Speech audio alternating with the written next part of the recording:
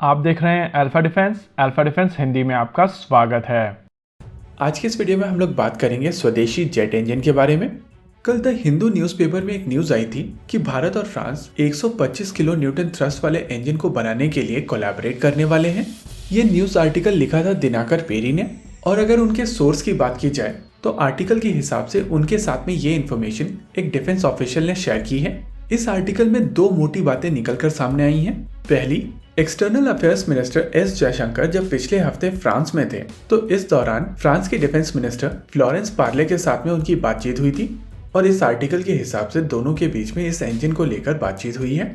Article में आगे कहा गया है कि आने वाले 1 से 2 महीने के अंदर फ्रांस और भारत के बीच में एक अग्रीमेंट साइन हो सकता है, और इस एग्रीमेंट के तहत भारतीय वायुसेना के लिए बनाए जाने वाले 5th generation stealth fighter advance medium combat aircraft के लिए 125 किलो न्यूटन का इंजन भारत में बनाया जाएगा, और ये इस आर्टिकल की दूसरी इंपॉर्टेंट बात है। इससे पहले रक्षा मंत्री राजनाथ सिंह भी ये चीज कह चुके हैं कि आने वाले समय में एक स्ट्रेटेजिक पार्टनरशिप मॉडल के तहत French engine maker Safran Bharat में इंजन बना सकता है। लेकिन इस रिपोर्ट में एक नई चीज निकलकर बाहर आई है कि जिस इंजन को लेकर कोलैबोरेशन किया जाएगा वो 125 किलो न्यूटन वाला इंजन होगा।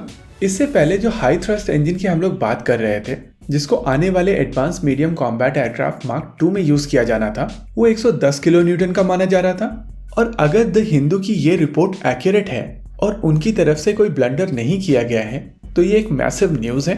अगर भारतीय वायुसेना के जेट इंजन रिक्वायरमेंट की बात की जाए तो इस समय भारतीय वायुसेना को 3 अलग अलग तरीके के इंजन की आवश्यकता है।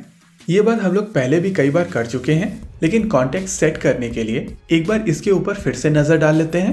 पहला इंजन जो जनरल इलेक्ट्रिक F404 क्लास का इंजन होना है, जिसको LCA तेजस मार्क 1 और मार्क 1A में यूज किया जाएगा।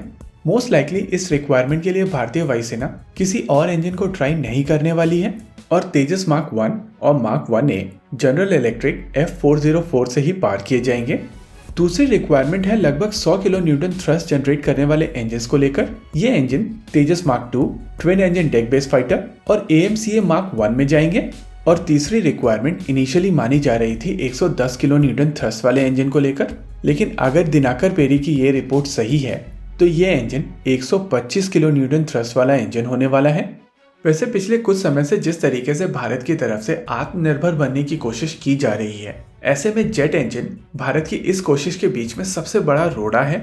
और ये चीज मोर और लेस क्लियर है कि भारत को जेट इंजन की technology United states of America से नहीं मिलने वाली, और कहीं ना कहीं इसी वजह से भारत फ्रांस और यूके के साथ में एंगेज कर रहे हैं। पिछले कुछ समय से माना जा रहा था कि भारत रोल्स रॉयस के साथ में मिलकर हाई थ्रस्ट इंजन भारत में बनाने वाला है, लेकिन अब कहीं ना कहीं ऐसा लग रहा है कि French company Safran British company Rolls Royce को पीछे छोड़कर इस रेस में काफी आगे निकल चुकी है, और इसके पीछे कहीं ना कहीं फॉरेन पॉलिसी एक बहुत बड़ा कारण है। ये चीज हम सब जानते हैं कि यूनाइटेड स्टेट्स ऑफ अमेरिका अपनी बात को मनवाने के लिए किसी भी हद तक जा सकता है, और यूनाइटेड स्टेट्स ऑफ अमेरिका अपने एलाइज को भी काफी हद तक इन्फ्लुएंस कर सकता है। और यहीं पर सबसे बड़ा डिफरेंस है फ्रांस और यूके की फॉरेन पॉलिसी में।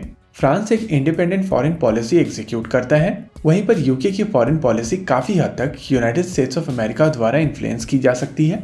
और स्ट्रेटेजिक ऑटोनॉमी को देखते हुए यूके की तुलना में फ्रांस एक बेहतर सेंस बनाता है, स्पेशली जब आप अपने फ्यूचर के बारे में बात कर रहे हो।